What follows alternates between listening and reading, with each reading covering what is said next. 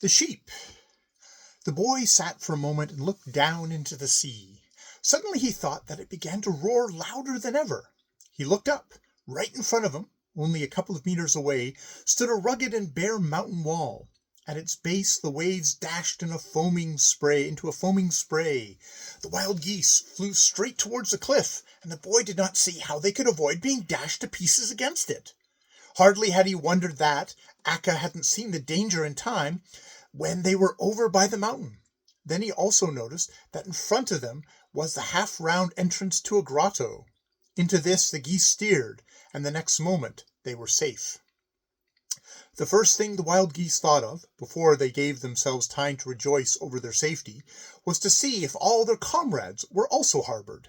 Yes, there were Akka, Ilksi, Komi, Nelja, Visi, Knusi, all the 6 goslings, the goosey gander, Dunfin, and Thumbletot.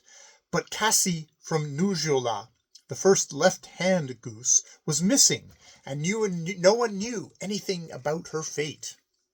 When the wild geese discovered that no one but Kakasi had been separated from the flock, they took the matter lightly.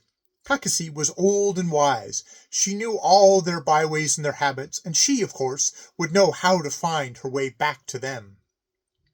Then the wild geese began to look around in the cave. Enough daylight came in through the opening so that they could see the grotto was both deep and wide. They were delighted to think they had found such a fine night harbor, when one of them caught sight of some shining green dots which glittered in a dark corner. "These are eyes!" cried Akka. "There are big animals in here." They rushed towards the opening, but Thimbletot called to them.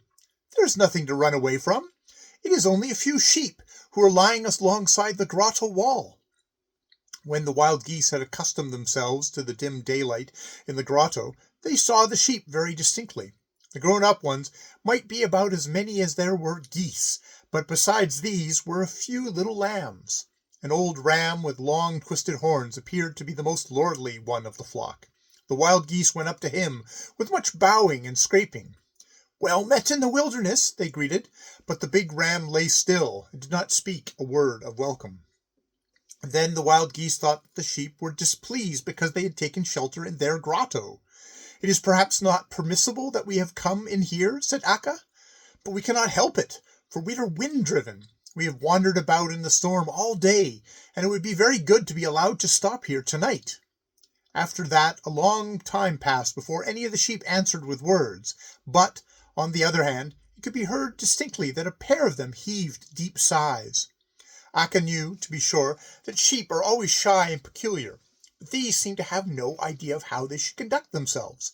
Finally, an old Hugh, who had a long pathetic face and doleful voice, said, There isn't one among us that refuses to let you stray, but this is the house of mourning, and we cannot receive guests as we did in former days."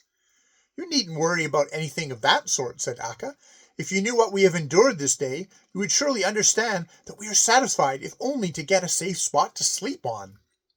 When Akka said this, the old Hugh raised herself. "I believe that it would be better for you to fly about in the worst storm than to stop here. But at least you shall not go from here before we have had the privilege of offering you the best hospitality which the house affords." She conducted them to a hollow in the ground which was filled with water. Beside it lay a pile of bait and husks and chaff, and she bade them make the most of these. "We have had the most severe snow winter this year on the island," she said. "The peasants who own us came out to us with hay and oaten straw, so we shouldn't starve to death. And this trash is all that is left in of the good cheer." The geese rushed to the food instantly. They thought that they had fared well, and were in the best humor. They must have observed, of course, that the sheep were anxious, but they knew how easily scared sheep generally are, and didn't believe that there was any actual danger on foot. As soon as they had eaten, they intended to stand up to sleep as usual, but then the big ram got up and walked over to them. The geese thought that they had never seen a sheep with such big and coarse horns. In other respects also, he was noticeable. He had a high, rolling forehead, intelligent eyes, and a good bearing, as though he were a proud and courageous animal. I cannot assume the responsibility of letting you geese remain without telling you that it is unsafe here, he said. We cannot receive night guests just now. At last Akka began to comprehend that this was serious. But shall we go away, since you really wish it? Said she. But you won't tell us first what it is that troubles you? We know nothing about it. We do not even know where we are. This is Lttl Krl's island, said the ram. It lies outside of Gotland, and only sheep and seabirds live here. Perhaps you are wild sheep, said Akka. We're not far removed from it, replied the ram. We have nothing to do with human beings. It's an old agreement between us and some pheasants on a farm in Gotland, that they shall supply us with fodder in case we have snow winter, and as a recompense they're permitted to take away those of us who become superfluous.